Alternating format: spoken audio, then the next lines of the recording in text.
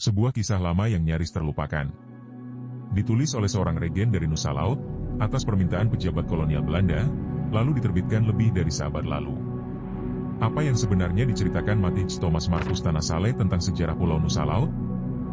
Dan mengapa tulisan ini masih relevan hingga hari ini? Mari kita telusuri bersama.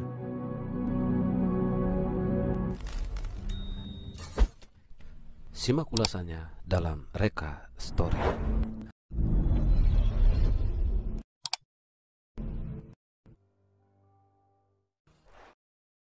Di suatu masa, lebih dari 140 tahun yang lalu, seorang pemimpin lokal dari Nusa Laut bernama Matthijs Thomas Marcus Tanasale diminta untuk menuliskan sejarah pulau kecilnya. Permintaan itu datang dari seorang pejabat kolonial Belanda, Kontroleur GWWC Baron van Hoevel, yang kala itu bertugas di Saparua.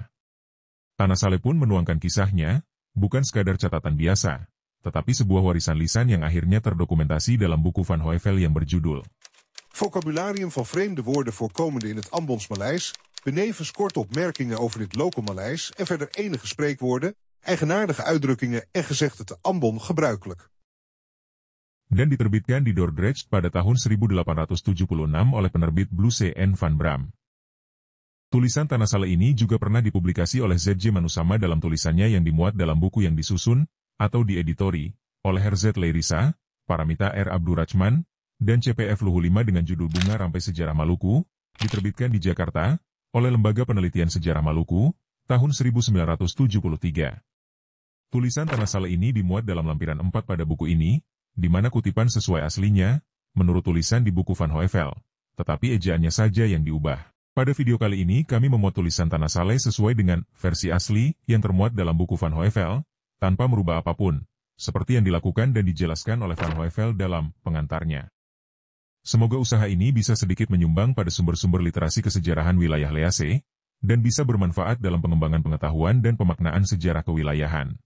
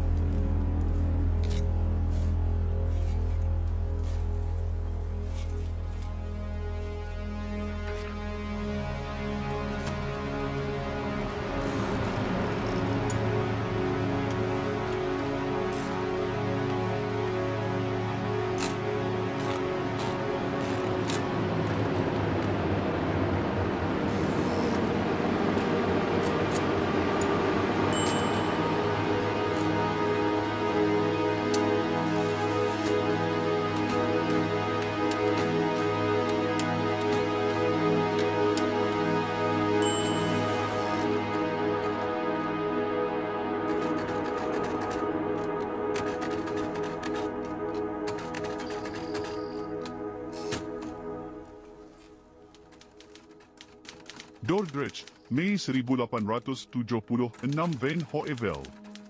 Di sini saya akan mengupas sedikit tentang sejarah Pulau Nusa Laut sebelum kedatangan bangsa Portugis, yang mana tulisannya adalah sahabat saya, iaitu Tanasale yang telah meninggal dunia sebelum waktunya, Regent Negorich Lenito, Nusa Laut, salah seorang kepada garis miring pemimpin di Karesidenan Ambon yang paling berjasa dan paling maju, yang memadukan jasa-jasa besar dengan akhlak yang mulia dan sering menunjukkan tanda-tanda kesetiaan dan keterikatan kepada pemerintah kita. Wabah kolera yang melanda kawasan Oeliasa pada akhir tahun 1875 juga membawanya ke liang lahat.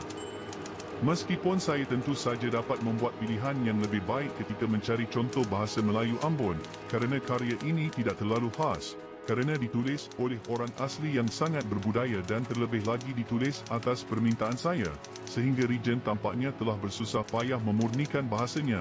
Namun saya tetap memberikan karya ini dan bukan yang lain.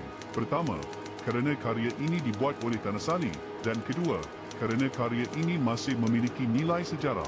Agar tidak mengurangi keaslian esai ini, saya menyajikannya di sini sebagaimana adanya, tanpa membuat perubahan apapun dalam bahasa atau gaya.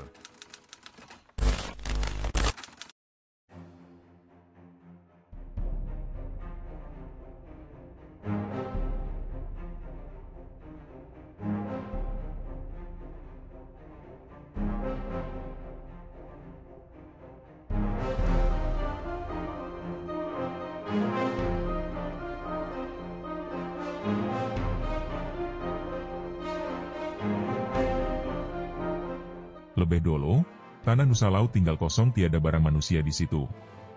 Berikut dari itu waktu sudah datang dari sebelah barat 4 orang, yaitu 3 laki-laki dan 1 perempuan. Maka laki-laki itu bernama Leimese dan Huato Latunama dan dorang punya saudara perempuan bernama Silawane, serta dorang punya 1 kapitan bernama Matahaa. Pada waktu dorang datang, sudah singgah di satu labuan antara Akon dan Abubu. Labuan itu bernama Mulaa. Berikut dari situ dorang sudah pindah tinggal di atas satu gunung bernama Lesiela. Pada komedian sudah datang lagi orang-orang dari Seram, lagi dari Saparua dan Ambon, menambahkan itu 4 orang sampai jadi banyak manusia dan sebegitu dorang sudah angkat itu Leimese pada parentah di negeri Mula dan panggil namanya Latu Leimese. Itu orang-orang Mulaa, jang tersebut di atas, sudah tinggal juga di Gunung Lesiela. Maka pada satu waktu sudah datang kembali orang-orang dari tanah Ambon, negeri Halong, 2 Soa, bernama Latu Manoe dan Tunia Narota. Maka orang-orang tersebut sudah tinggal di Nusa Laut sebelah barat dari negeri Mulaa di atas satu gunung bernama Amauna. Maka pada satu waktu itu Kapitan Latu Manoe turun dari gunung datang di pantai Amahutai pada menjala ikan, sedang dia buang jala di air masing sudah tiada dapat ikan, hanya dapat 1 biji kalapa, jadi itu Latu Manoe sudah ambil itu pada bawa pulang di negerinya, tetapi dia lupa itu kalapa di pantai. Dan pada satu kali Latu Manoe turun di pantai kembali pada ambil air masing, dia lihat itu kalapa sudah jadi pohon dan sudah memberi buah muda, dan dia lihat di atas itu pohon kalapa. 1. Anak laki-laki kecil ada isap dari itu rambut kalapa. Begitu juga dia sudah balik kembali di Amauna dan dia kompol bala-bala. Lalu turun ke pantai ambil itu anak dari itu pohon kalapa bawa ke gunung di dorang punya negeri. Tinggal begitu lama sampai itu anak jadi besar, maka dorang sudah mengangkat dia menjadi raja, dan panggil namanya Latu Mutihu, dan Raja Mutihu sudah pegang parentah. Berikut dorang bapindah dari Amahutai pada satu gunung, bernama Henauna, dan buat negeri di situ. Lalu tak panggil itu negeri Cipunja nama Lesinusa, jang artinya, lebih kawasa dalam ini pulau.